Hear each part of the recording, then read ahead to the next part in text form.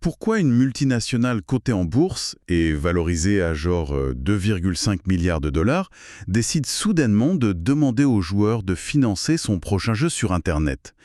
C'est vraiment la question qui a lancé l'écriture de notre article cette semaine sur le grand virage d'Asmodée vers le financement participatif. Oui, et plus précisément, on a décortiqué le lancement de Zombicide Deadman Tales sur GameFound.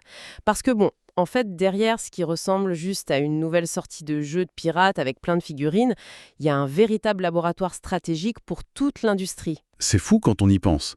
C'est un peu comme si un géant de la grande distribution décidait du jour au lendemain de livrer ses produits les plus luxueux directement dans le salon des gens, en évitant carrément ses propres supermarchés. Exactement, c'est tout à fait ça. Mais ce que je ne saisis pas vraiment, c'est ce besoin de financement. Enfin, Asmodée, ils ont les poches pleines, non pourquoi utiliser ce système?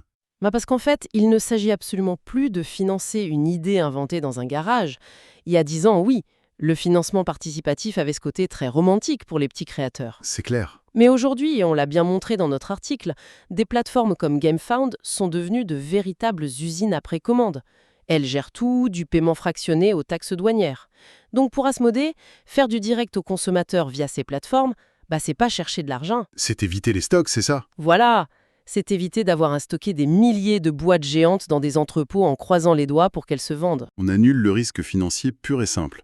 On fabrique seulement ce qui est déjà vendu. Et j'imagine que l'entreprise garde au passage la marge qui, d'habitude, part chez les distributeurs. C'est exactement la mécanique. Le PDG lui-même, Thomas Kugler, assume complètement cette stratégie de vente directe. C'est juste l'outil parfait pour maximiser la rentabilité sur des gros produits premium qui coûtent une fortune à produire. Et pour faire tourner cette nouvelle machine, ils n'ont pas pris n'importe qui. Dans notre article, on parle beaucoup du recrutement de David Preti. Pour resituer, c'est un ancien de chez Simone, un de leurs grands concurrents. Absolument. Preti, c'est l'architecte idéal pour monter ça. Chez Simone, il faut savoir qu'il a supervisé plus de 100 millions de dollars de levée de fonds. Ah oui, quand même, 100 millions. Oui, mais c'est massif. Et le choix de lancer un Zombicide pour sa première grosse opération chez Asmodée, c'est 100% mathématique. C'est une franchise historique qui pèse déjà 40 millions de dollars. Sauf que l'ironie de l'histoire est quand même frappante. Il quitte Simone à un moment où la boîte frôle les 20 millions de pertes et il débarque pour installer ce moteur de vente chez le grand leader du marché. Un vrai scénario de série, hein. Mais c'est parce qu'il apporte une maîtrise absolue de la psychologie de l'acheteur. Il connaît la communauté Zombicide par cœur et il sait jouer sur le fameux sentiment d'urgence, la peur de rater quelque chose. Le grand classique des campagnes participatives. Exactement.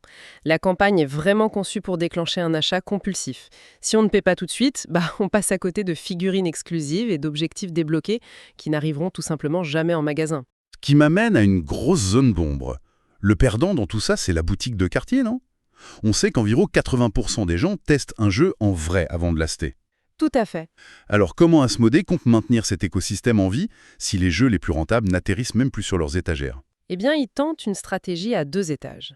Les petits jeux familiaux, les trucs très grand public, genre Double ou Catan, ça reste en boutique. Ça fait tourner le commerce. D'accord. Par contre, les immenses boîtes premium à plus de 100 € passent en direct sur Internet. Parce qu'au fond, l'espace en rayon coûte beaucoup trop cher et la rotation est trop lente pour les petites boutiques de toute façon. Je veux bien l'entendre, mais cet équilibre me paraît hyper précaire. On l'a bien vu avec le récent fiasco du jeu Altered, qu'on cite d'ailleurs dans nos sources. Ah oui, le cas Altered, c'est l'exemple parfait. Bah oui, il y avait de belles promesses d'un système hybride pour soi-disant soutenir les boutiques locales, mais au final, les marges ont été complètement contournées et les livraisons aux revendeurs ont été chaotiques. La confiance en a pris un sacré coup. C'est clair.